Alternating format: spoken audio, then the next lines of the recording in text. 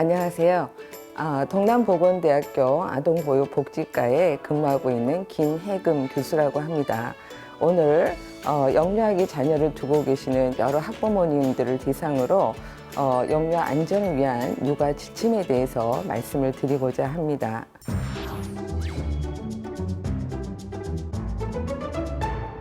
자, 우리 아이들이 건강하게 성장하는 거, 그래서 나중에 미래의 사회의 유능한 구성원으로서 성장하도록 하는 것이 모든 부모님들의 기대이자 바람이라고 생각이 됩니다.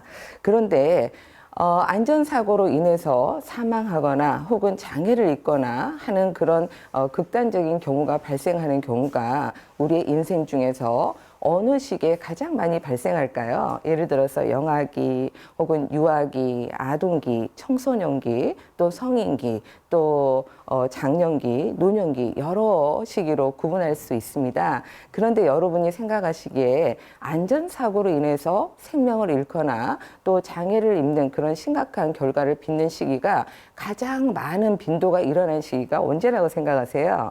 네, 바로 영아기입니다. 유아기보다 영아기로 안전사고로 인해서 사망하거나 혹은 심각한 장애를 입는 경우가 훨씬 많고요.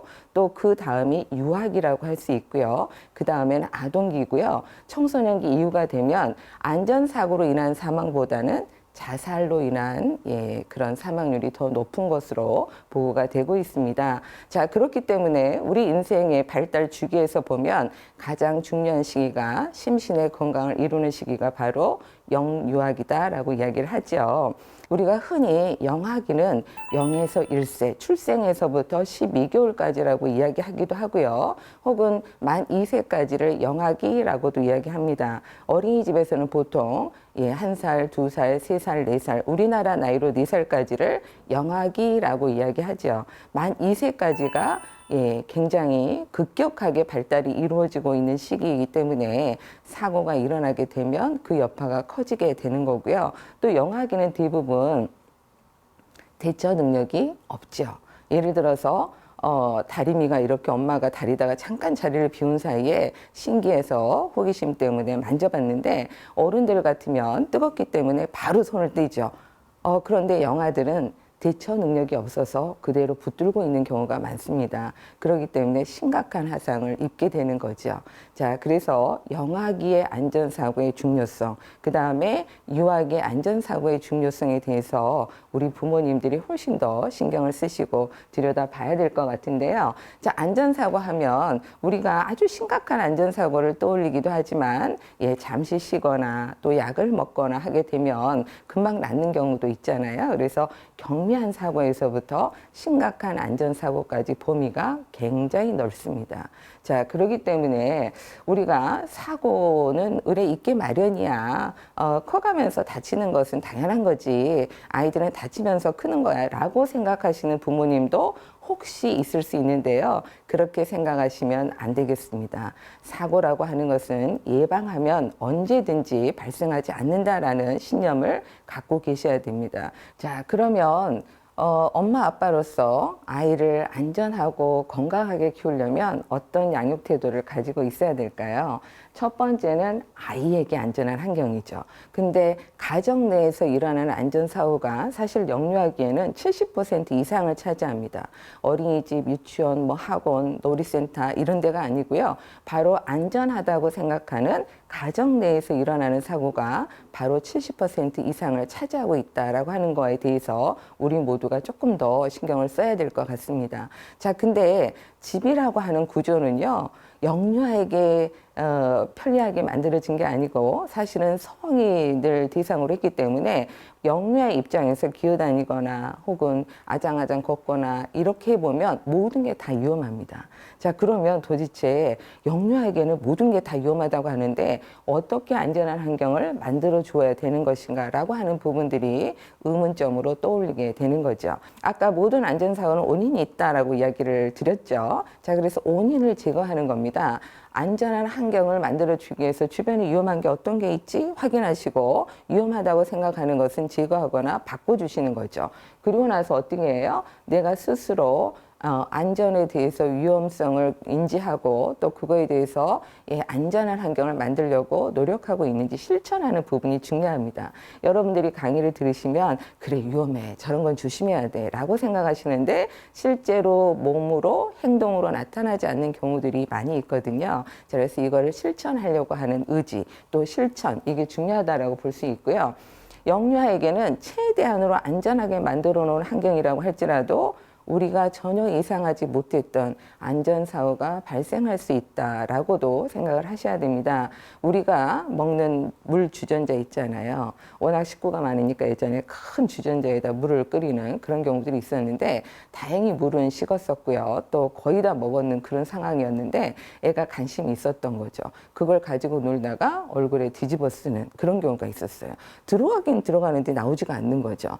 나중에 소방대원이 와서 잘라내서 간신히 모면하는 그런 경우도 있습니다. 그리고 쓰레기통 같은 경우 있잖아요. 이렇게 입구가 뚜껑이 달려있지 않은 곳에 아이가 어떻게 해서 두 발로 그 위에 섰는지는 모르겠는데 서서 있다가 푹 떨어진 거죠. 그리고 이제 쓰레기통 안에 있던 이 캔 뚜껑 있잖아요. 이렇게 열려진 거 거기에 쑤시는 그런 상해도 있었습니다. 그래서 어른들이 보기에는 도대체 어떻게 이런 일이 발생할 수 있지? 라고 생각할 수 있는데요.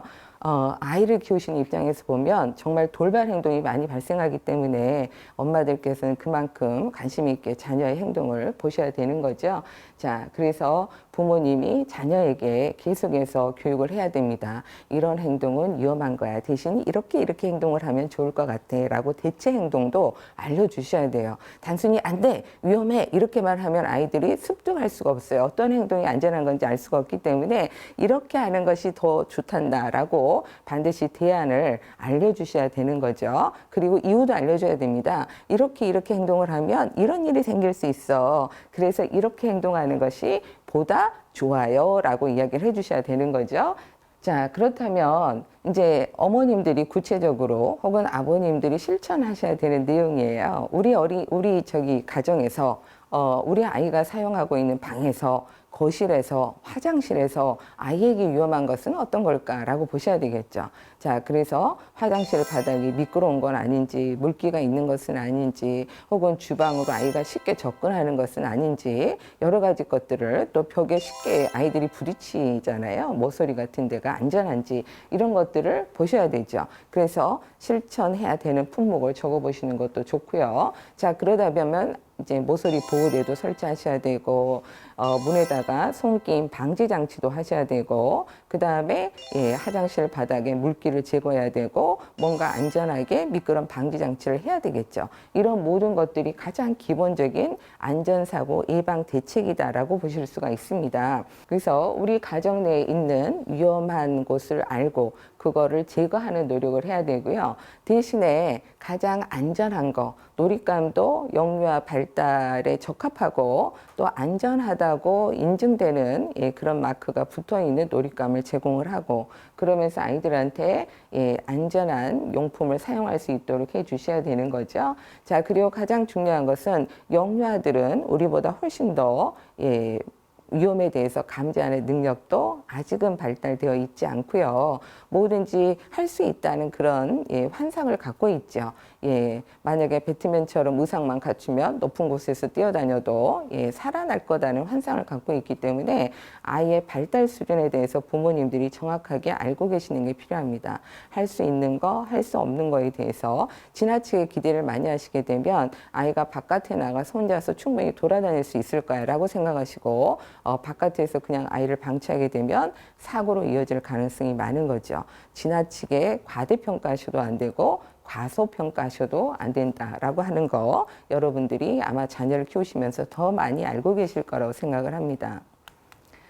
자, 그리고 항상 말씀을 해주셔야 되죠. 아, 정말 좋은 행동이야. 이렇게 하는 것이 바람직해. 라고 알려주셔야 되고요. 부모님 스스로가 안전에 관련된 모델링을 제시해야 됩니다. 예를 들어서 길을 건널 때 아이의 손을 붙잡고 횡단보도에서는 초록색 불이 켜질 때까지 서 있어야 돼. 그리고 화살표 표시 앞에 서 있어야 되고 좌우를 봐야 돼. 라고 구체적으로 알려주시고 안전하게 횡단보도를 건너는 습관을 보여주시게 되면 아이들에게 게 각인이 되는 거죠. 단순히 말로 하는 것보다. 근데 부모님이 뛰어다니는 것을 봤다라고 하면 아이들도 100% 그대로 따라하는 경향이 있습니다.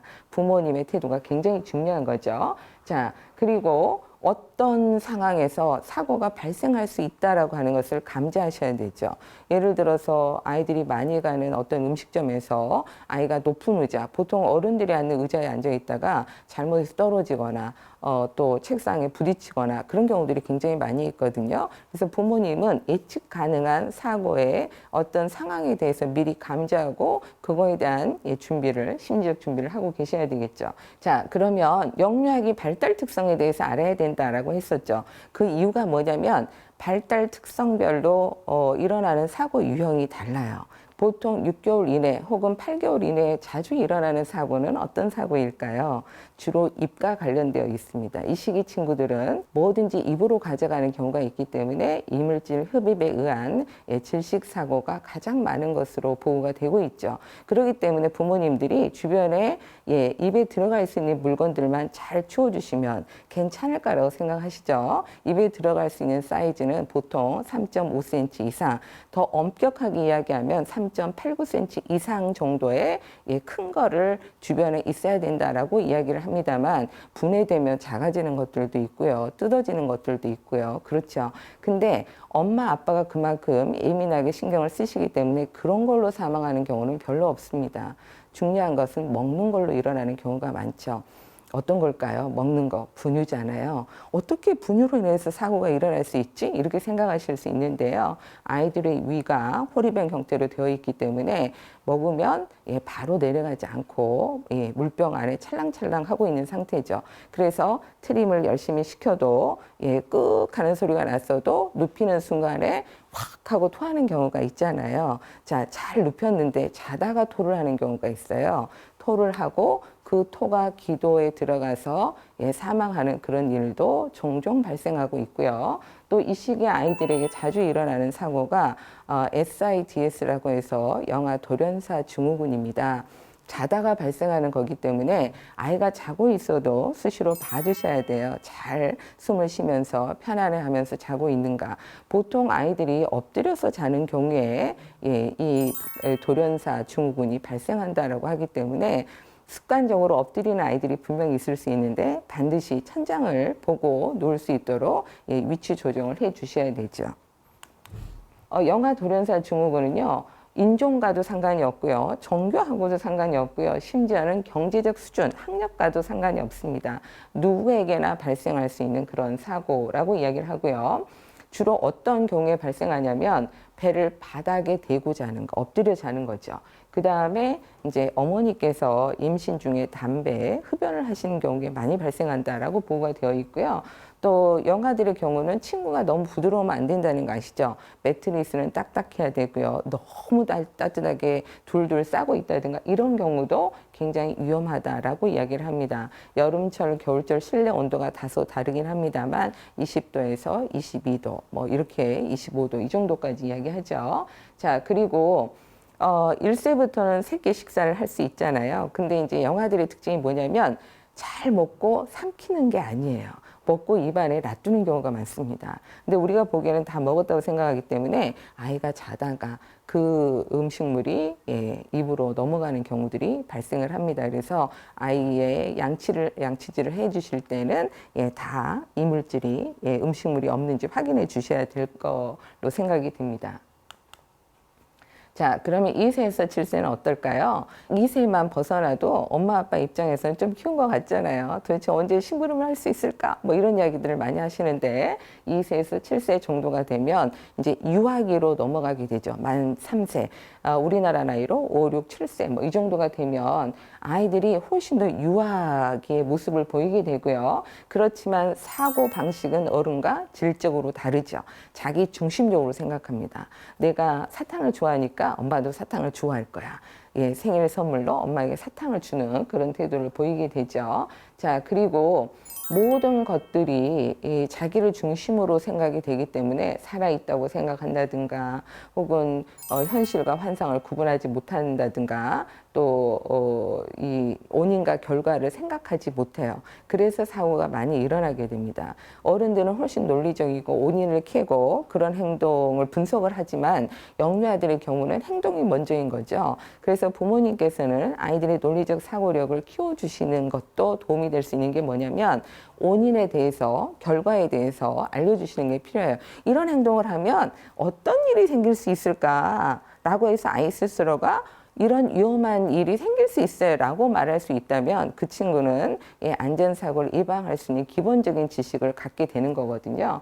자, 그러면 생명의 위협을 초래하는 혹은 사고로 인해서 평생 장애를 입어야 되는 그런 사고의 종류에 대해서만 말씀을 드리도록 하겠습니다. 영유아기는 발달 과정상에 있기 때문에 사소한 상해도 나중에 심각한 장애를 입을 경우들이 굉장히 많죠. 예를 들어서 낙상사고가 일어났는데 병원에 정형외과에 달려가면 의사 선생님들이 제일 걱정하시는 부분이 있어요. 뭘까요? 성장점이 다쳤을까봐 걱정하죠. 그래서 평생 장애를 안고 살까봐 그런 걱정을 하시는 거거든요. 그리고 어렸을 때 다쳤던 것이 훨씬 더 대처 능력이 없기 때문에 피해가 훨씬 더 크다라고 볼 수가 있는 거거든요.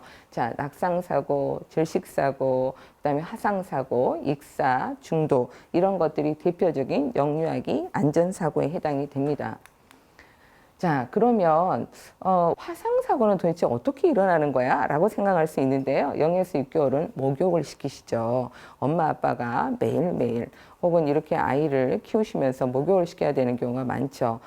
익사사고도 발생을 합니다. 아이들의 경우는요. 발목 근처 정도는 괜찮은데 무릎 정도의 물에도 익사한다라고 이야기를 합니다. 욕조에 혼자 있었을 때. 자, 그래서 물의 높이도 굉장히 중요하고요. 또 물의 온도가 굉장히 중요한데 대부분의 엄마 아빠들이 목욕을 시키기 전에 팔목에 물방울을 떨어뜨려 봐서 적정한지 혹은 팔꿈치를 대보고 적정한지라고 생각을 하죠. 물의 온도는 따뜻한 게 좋을까요? 미지근한 게 좋을까요? 차가운 게 좋을까요? 정답은 미지근한 겁니다. 미지근하다라고 하는 것은 내 몸의 온도랑 같다라고 하는 거예요. 따뜻하다고 하는 것은 내 체온보다 높다라고 하는 거거든요. 근데 어린 영아들은 훨씬 더 온도에 민감합니다. 그래서 우리가 생각하는 것처럼 따뜻한 물에서 몸을 씻는 그런 게 아니거든요. 그래서 미지근한 물에 반드시 온도를 체크하셔야 되고요. 실제로 일어났던 사고입니다. 신혼부부였고 아이가 태어난 지 얼마 안 됐죠. 그래서 목욕을 시키다가 아파트 내에서 아마 그때 이제 온수에 문제가 있었나 봐요. 순간적으로 100도씨 물이 흐르면서 이 부모님이 그냥 샤워기를 틀고 아이를 시켜주셨는데 전신에 3도 화상을 입게 된 거예요. 그래서 온몸에 거즈를 칭칭 감고 있는 그런 사진이 인터넷에 나온 적이 있습니다. 뉴스에 보도가 되고요. 자, 뭘 잘못했을까요? 영유아들은요 절대로 샤워기로 이렇게 목욕을 시키지 않습니다. 물을 받아놓고 시키는 거죠. 항상 물의 온도를 점검하셔야 되는 거고요.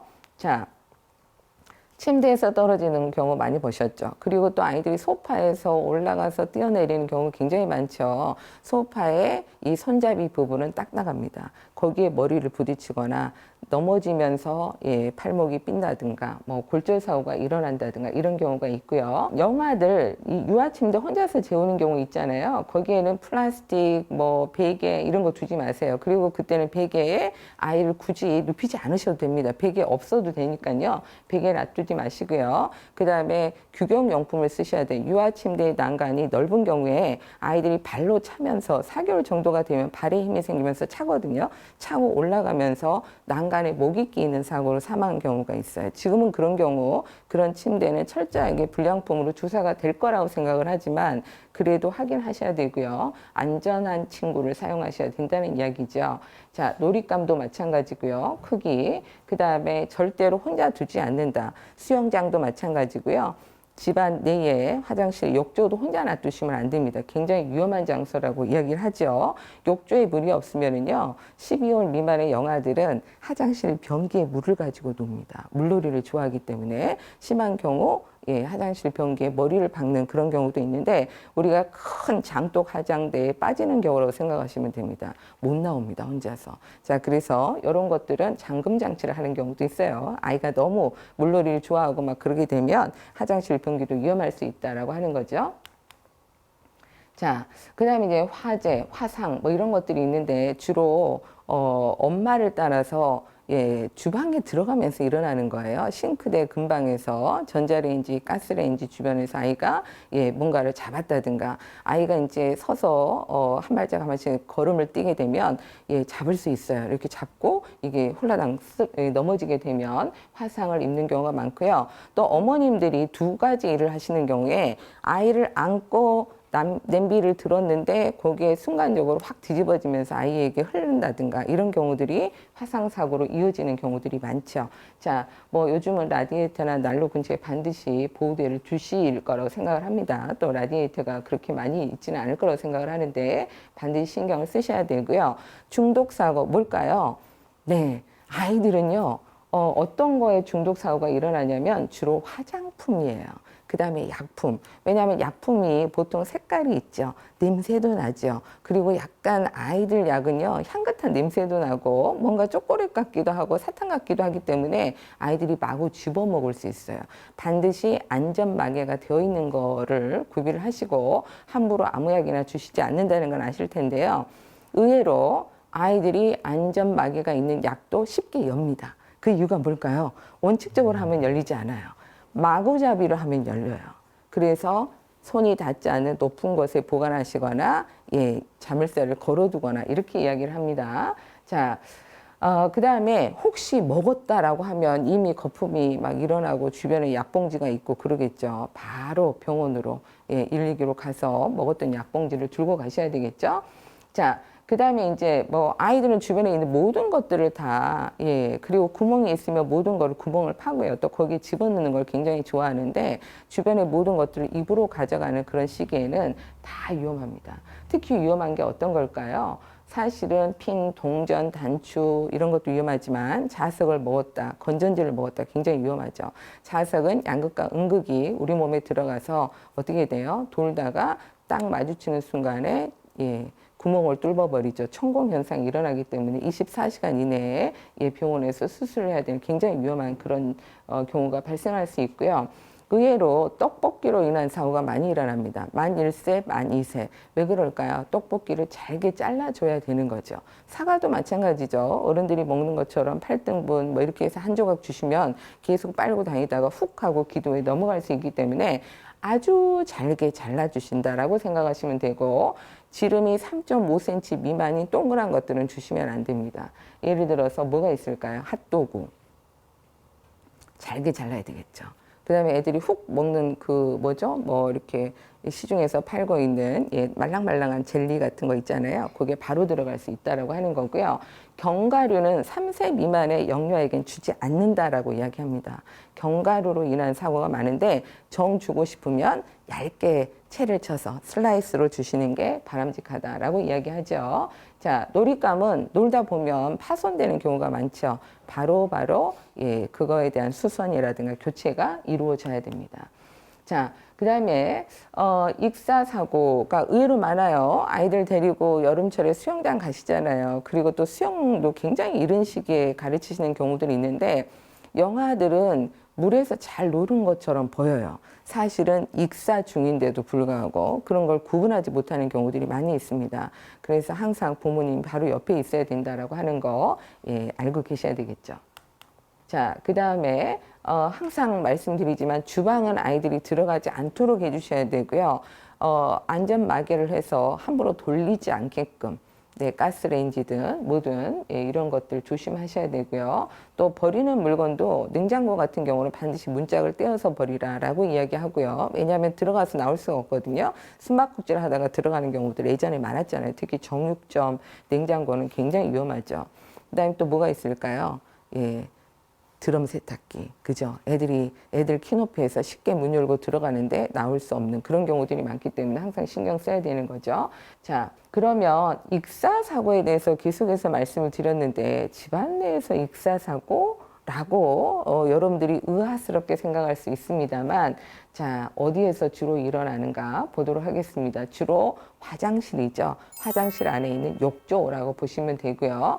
자, 물의 온도는 48도 혹은 49도 정도를 유지해야 된다. 그러니까 미지근하거나 약간 따뜻한 정도. 따뜻하면 안 된다는 거죠. 그 다음에 고요에 있는 물은 여러 가지 이 세균들이 번식할 수 있는 조건이기 때문에 반드시 몸을 씻기고 난 다음에는 깨끗이 청소하고 물을 버려야 되는 거죠. 잠시라도 혼자 있게 해두어서는 안 된다. 예를 들어서 아이를 혼자 목욕을 시키고 있는데 전화가 막 온다. 괜찮을 거야. 전화 받으러 가면 아이가 미끄러지면서 익사사고가 일어날 수 있는 거죠. 반드시 혼자 두지 않는다라고 하는 거, 그건 여러분들이 외우셔야 될 것 같습니다. 자, 그러면 질식 혹은 이물질 흡입에 의한 질식 사고의 위험 요인이 어떤 건지 주로 일어나는 요인에 대해서 알아보면은요. 구술, 요즘은 구술은 그렇게 많지 않은 것 같습니다만 아이들에게 구술놀이 많잖아요. 풍선도 굉장히 위험합니다. 뭘까요? 풍선을 불다가 풍선을 먹는다든가, 그다음 비닐봉지 있죠. 비닐봉지 쓰고 다니는 경우들이 있어요. 이게 질식사고의 대표적인 예고요. 그 다음에 지름이 3.5cm 이하인 거, 더 엄격하게 말하면 4cm 미만인 거, 이런 것들을 삼키는 경우들이 발생하고요. 그 다음에 이제 여러 가지 조각들로 분리가 되는 것들이 있어요. 곰돌이 인형 같으면 눈알이 이렇게 떨어진다든가 이런 것들도 문제가 있죠. 자, 그 다음에 이제 공기구멍이 없는 장난감 상자에 들어가서 못 나오는 경우, 이런 것들도 있고요. 자, 음식은 가정이든 어린이집이든 다 심각하게 생각을 하셔야 됩니다. 뭐가 있을까요? 핫도그, 포도, 사탕, 그렇죠. 껌, 또 뭐가 있죠? 당근, 또 땅콩, 팝콘, 다 이런 것들이 들어가면서 기도에 들어갈 수 있다라고 하는 거죠. 막힐 수 있다라고 하는 거고요. 다 모든 것들이 다 무섭습니다. 오핀, 안전핀, 이쑤시개, 뭐 다 이런 것들이 문제가 되잖아요. 주변에 아이를 키우시는 집안에서는 따로 별도 보관하고 손 닿지 않게끔 해줘야 된다라고 하는 거 알고 계시면 되겠죠. 자, 그러면 장난감, 놀잇감은 어떨까요? 놀잇감으로 인해서 발생하는 안전사고도 꽤 있습니다. 놀잇감을 놀이도구로 사용해야 되는데 던진다든가 먹는다든가 이런 경우에 발생할 수 있는 거죠. 자, 6개월 이하는 보통 누워있는 경우가 많잖아요. 그래서 엎치락 뒤치락까지도 아직 못할 수 있는 그런 시기인데, 만질 수 있는 놀잇감, 그 다음에 색깔이 있는 거, 큰 패턴, 깨지지 않는 안전거울, 이런 것들이 좋죠. 안전거울을 통해서 깍꿍놀이도 굉장히 좋아하죠. 자, 6개월에서 1세, 요람체육관이라 그러죠. 이런 놀잇감들, 단단한 하드보드지로 된 그림 동화책, 글자 하나도 없죠. 그 다음에 두드릴 수 있는 악기 종류, 뭐 소리가 나는 놀잇감, 이거 다 좋고요. 또 1세에서 18개월 정도면 우리가 시중에 있는 모든 놀잇감들을 우리가 연령을 한번 확인하셔야 되죠. 놀이기구 사실 놀잇감 사실 적에 이게 몇 세용인가 확인하시고 사셔야 될 것 같습니다. 자, 그 다음에 18개월에서 3세 정도가 되면 뭐 색칠하고 뭐 또 블록놀이, 쌓기놀이 하는 거 굉장히 좋아하고, 여자 친구들 같으면 인형놀이 좋아하죠. 그 다음에 소꿉놀이도 좋아하고, 악기 바깥에서 노는 거 다 좋아하게 되죠. 3살 정도가 되면 세발 자전거를 탈 수 있습니다. 자, 그리고 조금 연령이 증가하면 두발 자전거라든가 보드게임이 가능하겠죠. 자, 그래서 장난감은 우리 집안에 있는 장난감이 안전한가를 한번 살펴보도록 해야 되겠죠. 자, 연령에 적절한가 확인하셔야 돼요. 우리가 그림책도 연령에 적합한 거를 보셔야 되죠. 너무 어렵거나 너무 쉬우면 안 되는 거기 때문에. 자, 그 다음에 또 제일 중요한 게 삼킬 수 있는 정도가 아닌가 확인하셔야 되고, 깨져 있거나 파손된 게 아닌가 보셔야 되겠죠. 자, 그 다음에 쉽게 깨지는 거 절대로 하면 안 되겠죠. 자, 그 다음에 이제 우유에 가짜 젖꼭지라고 하잖아요. 고무 젖꼭지 같은 경우에도 잘못하면 분리가 되는 그런 경우들이 있습니다. 자, 그리고 또 어떤 경우들이 있을까요? 타지 않는 재료인지, 돌출된 것은 없는지, 그 다음에 모빌이 혹시 떨어질 수 있는 가능성 없는지, 확실하게 매달려 있는지, 뭐 이런 거를 봐야 되고요. 줄은 다 위험해요. 심지어는 블라인드 줄도 아이들이 커튼 뒤에 숨는 거 굉장히 좋아하잖아요. 커튼 뒤로 들어갔다가 블라인드 줄이 이렇게 늘어져 있으면 그걸 갈고 놀다가 감는 경우가 있어요. 그래서 모든 줄들은 다 말아서 아이들 손에 닿지 않는 곳에 있어야 됩니다. 혹시 전화기 같은 경우도 아이들이 실물을 가지고 놀게끔 버리는 장난감 주시는 경우가 있는데 줄은 제거하고 주시는 것이 바람직하다라고 이야기하죠. 자, 그다음 이제 화장실에서는 주로 엄마 아빠들이 사용하는 치약, 바디로션, 뭐 세제 이런 것들이 문제가 되죠. 어떤 친구들이 그랬대요. 거기에 이제 섬유, 유연제 같은 거 있잖아요. 근데 이제 쌍둥이에요. 그래서 화장실에 문이 열려져 있는데 거기 보니까 분홍색 세제가 있었던 거죠. 애들이 이렇게 기어가서 보니까 8, 9개월 된 친구들이 너무 예쁘고 자기들이 어떻게 했는데 열린 거예요. 자, 그리고 나서 뚜껑에 이거를 막 흘리면서 둘이서 나눠 마셔서 나중에 중독 사고죠. 병원에 실려가고 결국 위세척하고 그런 경우도 있었다라고 합니다. 애들은 위험한 걸 모르니까요. 정말 그래도 섬유 유연제라서 그나마 그렇죠. 자, 그 다음에 또 어떤 것들이 있을까요? 비타민, 철분제, 이게 뭐가 문제지? 마구마구 먹는다는 것이죠. 과자, 사탕처럼. 자, 그 다음에 샴푸, 린스, 화장품 다 마찬가지죠. 그래서 예전에 애들 놀잇감으로 화장품 빈 케이스에 주는 경우 있었잖아요. 근데 거기에 물 담거나 뭐 이런 거 안 되고요. 또 용기에 화장품이 약간 남아있는 것도 안 되고요. 자, 그래서 이런 것들 한번 보셔야 되고, 주방은 다 위험하죠. 불도 사용하죠. 그 다음에 여러 가지 세제를 사용하죠. 그렇기 때문에 주방에 못 들어가게 하는 게 가장 중요한데, 어쨌든 손이 닿지 않는 곳에. 그리고 6개월 미만 영아들은 밥솥에서 수증기가 올라오는 거에 굉장히 관심이 많아요. 그리고 아이들이 제일 먼저 하는 행동이 뭔지 아세요? 바로 손으로 잡아보는 거죠. 그래서 아주 심각한 하상사고를 입는 경우들이 굉장히 많습니다. 밥솥으로 인한 사고죠. 자, 차고의 경우에도 여러 가지 화학물질이 가득 있는 곳이잖아요. 조심해야 되겠죠. 자, 그러면 결국 중요한 건 뭐예요? 중독사고 예방하려면 항상 감독해야 되는 거. 그 다음에 위험한 거, 손에 닿지 않는 곳에 놔두거나 잠가두는 거. 그 다음에 안전막에 되어 있는 거, 안전장군문 사용하는 거. 자, 그리고 약을 맛있어요 뭐 이러면서 마치 맛있는 사탕처럼 이야기하면 안 돼요. 엄마 안 계실 때 먹어야지. 이렇게 생각할 수 있는 거잖아요. 자, 그리고 항상 아이들의 이 사고 방식을 이해하시고 아이들의 관점에서 모든 것들을 확인하셔야 된다라고 하는 거죠. 자, 화상도 한번 보도록 하겠습니다. 자, 끓는 물. 또 어머님들이 주로 커피 드시면서 커피포트 끓이시잖아요. 줄이 있는 것도 있고 없는 것도 있고 그러는데 아이들은 줄에 민감하지 않죠. 엄마 그러면서 뛰어오다가 줄이 걸려서 커피포트가 쏟아지는 그런 경우들도 있습니다. 자, 그래서 물의 온도 확인하셔야 되고요. 그 다음에 또 12개월 미만의 영아들이 제일 좋아하는 게 구멍이라 그랬잖아요. 구멍 사이즈에 맞는 걸 꼭 넣어보려고 하는 경우가 있어요. 콘센트 같은 경우는 새 젓가락이 딱 들어가는 사이즈예요. 그거를 실험해 보다가 감전사고 일어나고 여러 가지 큰 문제로 야기되는 경우들이 많죠.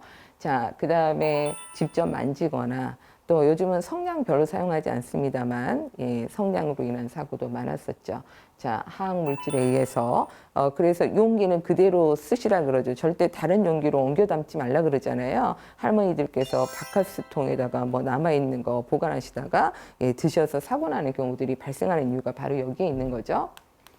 자, 그래서 항상 정확한 크기의 퓨즈를 사용해야 되고 그다음에 연기 감지기 이런 거 화재 감지하는 거 이런 것들 배터리가 없으면 또 문제가 생기기 때문에 교체해야 되고 화재에 의해서 몸에 불이 붙었을 때 일단은 불을 꺼야 되니까 구르고 엎드리고 멈추고 뭐 이런 것들 먼저 멈춰야 되죠. 그리고 엎드리고 굴러서 불이 번지지 않도록 하는 거 이건 나중에 안전교육으로 계속해서 강화가 되고 있죠. 자, 그리고 이제 어머님들께서 방심하시면 안 되는 거. 뜨거운 커피 들고 아이 안고 외국인 그 연예인들 보면 막 배우들 보면 막 한 손으로 애기 하나 안고 막 이렇게 우리는 어렵잖아요. 이렇게 안아도 힘든데 하시면 안 됩니다. 자, 그리고 음식물의 온도, 분유를 전자레인지에 이렇게 데우시는 경우 있잖아요. 겉에 보면 굉장히 뜨거운 경우도 있고요. 겉은 안 뜨거운데 내부가 엄청나게 뜨거운 거 있어요. 그래서 반드시 분유를 한번 손목에 떨어뜨려 봐서 뜨거움을 주지 않으셔야 됩니다. 그래서 이런 거 확인하셔야 되고요. 가능한 전자레인지에서 데우지 않는 게 좋아요. 그거는 우리가 그 안에 있는 온도는 잘 모릅니다. 자, 그리고 온수 온도 항상 점검하셔서 실제로 온수 고정 장치를 하시는 경우도 있어요. 더 이상 올라가지 않도록. 근데 대부분 아파트는 일정 정도의 온수 고정 장치가 되어 있죠. 근데 아기들한테는 항상 위험할 수 있기 때문에 물을 따로 받아서 사용하시는 게 바람직합니다. 자, 우리가 이때까지 봤던 게 실내 안전이었고요. 아이들이 이제 걷기 시작하면 나가는 거 엄청나게 좋아하잖아요. 바깥은 안전한가, 실내 안전에 대해서 알아보도록 하겠습니다. 자, 실외에서 바깥에서 일어나는 대부분의 사고는 뭘까요? 낙상 사고라고 할 수 있는 거죠. 놀이기구에서 떨어지는 거예요. 미끄럼틀에서 떨어져요. 혹은 뭐 시소에서 뭐 끼어요. 뭐 이런 일들이 발생을 합니다. 자, 그래서 또 사실은 또 이 바깥 놀이터에 이 나쁜 분들도 좀 계셔서 아이들에게 항상 위험한 장소일 수도 있죠. 자, 그리고 이제 자전거, 세발 자전거로 인한 사고도 있지만 여러 가지 이제 이 바깥에 이제 나가면서 교통사고들이 빈번하게 일어날 수 있는 거잖아요. 우리나라의 경우는 교통사고 사망률이 굉장히 높습니다. 영유아기 안전사고 중에. 자, 역시 실외에서도 똑같네요. 다른 거 하나가 있네요. 뭘까요? 교통사고. 그 다음에 놀이기구 설비에 의한 사고가 있어요. 바깥에 아이들 데리고 같이 갔는데 궁금하네 만져봤는데 거기 틈이 있어가지고 손가락이 베인다든가 혹은 사진 찍다가 애가 뒤로 떨어지면서 호수에 떨어진다든가 이런 경우들이 좀 있었습니다. 자, 그럼 어떤 것들이 있을까요? 바깥에 여러 가지 식물들이 있죠. 가까이 가서 냄새도 맡아보고, 어때요? 보기도 하고, 심지어 뭐 먹기도 하고, 뭐 이런 경우들이 발생하는 거죠. 영아들은 먹는 것과 먹을 수 없는 걸 구분하지 못하기 때문에.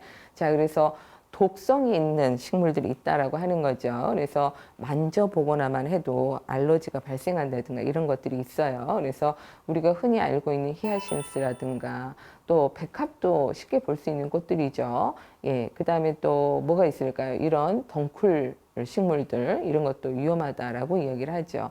감자싹과 잎도 역시 독성이 있는 바깥에 있는 식물 중에 하나입니다. 자, 그러면 이제 발달 수준별 어떤 위험 요소들이 있는지를 한번 확인을 해보도록 하죠. 자, 0에서 6개월 이 경우는요, 엄마 아빠 차를 타고 가는 과정 중에 발생합니다. 주로 교통사고죠. 그래서 엄마 품에 앞자리에 앉아 있다가 아이가 에어백 역할을 해서 아이가 사망하는 그런 경우도 있고요. 뒤에 안전벨트를 하지 않아서 튕겨 나가는 경우도 있고요. 자, 이 경우는 엄마 아빠가 정말 신경 쓰고 그리고 영아 안전 시트에 앉혀 놓으면 안전하다라고 하는 거고요. 이번에도 그 어린이집 차량인가 유치원 차량인가 사고 났었는데 전원 다 괜찮았잖아요. 안전벨트를 하고 있어서. 자, 그래서 모든 교통사고는 차 안에서 일어나는 경우가 많기 때문에 안전 시트 앉혀야 되고 안전벨트 해야 되고요. 또 입에 뭘 넣고 있는지 삼키고 있는지 이거 확인하셔야 되겠죠. 자, 질식사고, 중독사고, 그 다음에 익수사고 여전히 위험한 시기죠. 6개월에서 1년 사이에도 바깥에서도 마찬가지입니다. 물놀이 안전사고가 다 여기에 해당이 되는 거죠. 혼자 놀다가 더 깊은 곳으로 간다든가 이런 경우들이 발생하는 거죠. 자, 그러면 1, 2세의 경우는 어떨까요? 역시 교통사고 마찬가지고요. 자, 위험하게 놀고 싶어 합니다. 이제는 할 수 있는 것들이 많아지니까. 그 다음에 놀이기구가 문제가 되는 것들이 있어요. 애들이 좋아하는 게 뭐냐면 부품들이 있잖아요. 이 나사 같은 게 있으면 다 돌려요. 그리고 빼버려요. 그래서 어른들이 확인하셔야 되고요. 그 다음에 미끄럼틀 타고 딱 내려왔는데 너무 딱딱하다. 모래가 충분하지 않아서 아이가 다치는 경우도 있어요. 자, 실외에서 또 이렇게 독성이 있는 물질을 만진다든가 또 실외 풀장에서 아이가 혼자 있다가 다치는 그런 경우들도 있다라고 하는 거는 똑같습니다. 자, 이제 2, 3세 정도가 되면 엄마 아빠 손을 잡고 걷는 친구들보다는 막 뛰어가죠. 예, 달릴 수 있으니까. 막 이 넓은 터만 보면 막 달려가잖아요. 자, 그래서 바깥에서 길을 걷다가 보행 안전사고도 일어나고요. 역시 안전벨트랑 관련되는 엄마 아빠 운전하고 관련되는 거죠. 그 다음에 낙상 사고는 어떤 거냐면 만 2, 3세 정도 되면 우리나라 나이로 5세, 4세 이 정도가 되는데요. 이 친구들은 놀이기구를 정식으로 타지 않아요. 미끄럼틀 타면 앞에서 올라가고요. 그 다음에 배를 대고 내려오고요. 그네를 타면 꽈서 이렇게 타려고 하고 위험한 건 다 시도해봐요. 그래서 위험한 거죠. 자, 그래서 안전하게 놀 수 있도록 보호자가 알려주셔야 되죠. 부모님들이. 자, 물놀이는 혼자 놀 수 없습니다. 절대로 놀면 안 되는 거죠. 외국 같은 경우는 집안에 이 수영장이 있는 경우가 많아서 아이가 문이 열려진 경우 들어가서 사고 나는 경우가 꽤 많다라고 이야기하네요. 자, 그 다음에 지금 뭐 어떤 가구 회사 너무 가벼워서 애가 막 깔린다든가 뭐 이런 경우 있잖아요. 애가 막 들어가서 나중에 이제 뭐 넘어진다든가 이런 경우들이 있는데 가구가 예, 절대로 가벼운 가구 쓰시면 안 돼요. 자녀가 영유아 시기에 있으면 절대로 끌고 다닐 수 있는 가구는 다 위험한 거죠. 자, 그리고 가구 사용 시에도 예, 손에 끼울 수 있으니까 예, 손끼임 방지 장치 하셔야 되겠죠. 자, 3세 이상 교통사고가 빈번하게 일어납니다. 빈번하게 일어나고요. 그렇기 때문에 이때부터는 예, 바른 행동을 가르쳐야 돼요. 위험한 행동과 바른 행동을 알고 내면화할 수 있도록 가르쳐야 되고요. 그다음에 도구를 사용할 때도 어떻게 놀아야 되는지, 놀잇감을 어떻게 사용해야 되는지 알아야 되고요.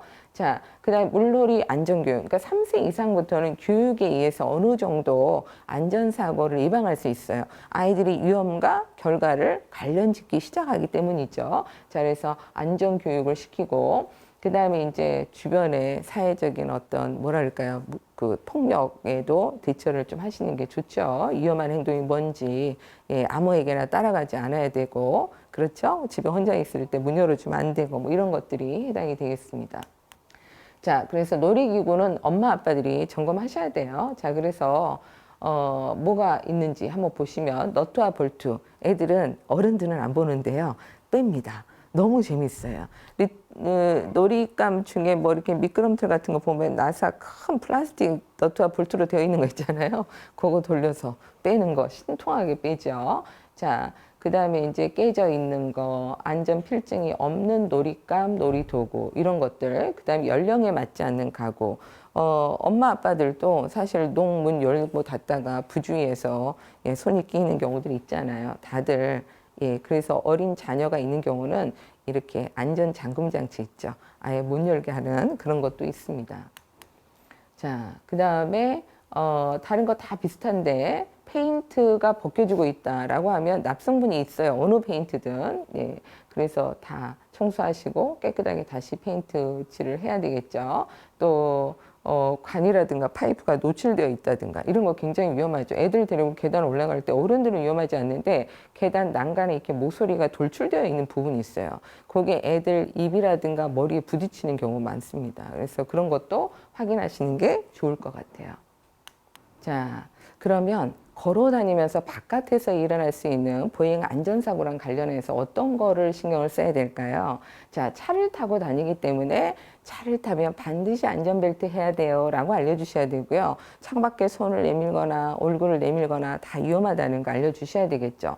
에스컬레이터도 마찬가지죠. 잡고 이렇게 내다보다가 예, 올라가는 지점이 이렇게 예, 끼이는 경우들이 발생을 하기 때문에 자, 차 내에서 놀고 소리 지르고 뛰어다니면 안 된다. 기본적으로 알려주셔야 되겠죠. 자, 그리고 이제 아이들 데리고 장거리 여행 가시는 경우 있잖아요. 뭐 또 설이라든가 추석이라든가 뭐 놀이동산에 가시는 그런 경우에도 자, 운전자가 있기 마련인데 그때 아이들 때문에 신경이 분산돼서 운전에 영향을 미치면 안 되겠죠. 자, 그래서 아이가 충분히 놀 수 있는 것들은 미리 구비하시고요. 또 응급약품 반드시 갖고 가셔야 되겠죠. 그리고 안전벨트 확인하셔야 되고 아이가 풀지 않도록. 자, 그리고 오르고 내릴 때도 다리가 풀리거나 신경을 안 쓰는 과정 속에서 사고가 나는 경우들이 좀 있어요. 자, 그리고 아이가 배고프거나 예, 또 피곤하거나 그러면 사고가 발생한다 그랬죠. 먹을 수 있는 거 예, 미리 점검하시고요. 그 다음에 앞쪽에 앉히지 않는다라고 하는 거 아시죠? 자, 그래서 안전지침 꼭 지키시기 바랍니다.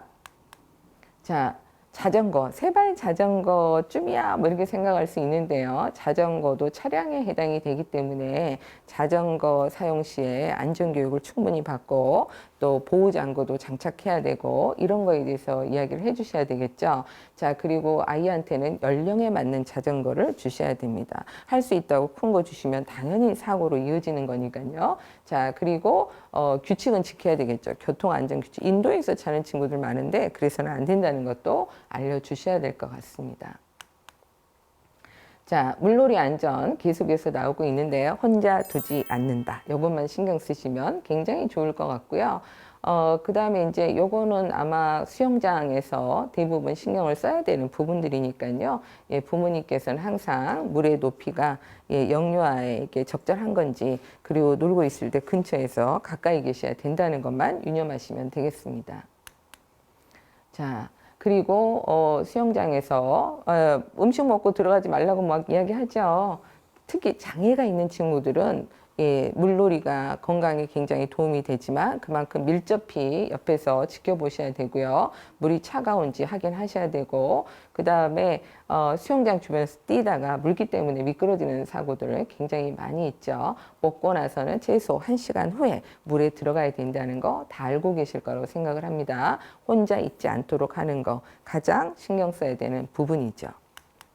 자, 여기까지 영유아기 자녀를 두고 계시는 엄마 아빠가 알아야 되는 실내, 실외에서의 안전사고의 종류 그리고 대책, 안전사고를 예방할 수 있는 방법에 대해서 알아보았습니다.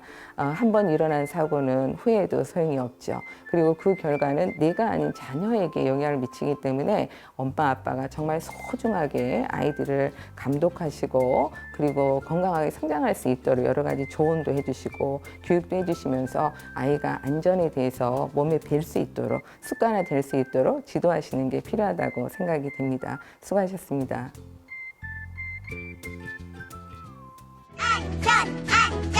안전송 내 몸은 소중해요. 함부로 만지지 마세요. 아무거나 먹지 않아요.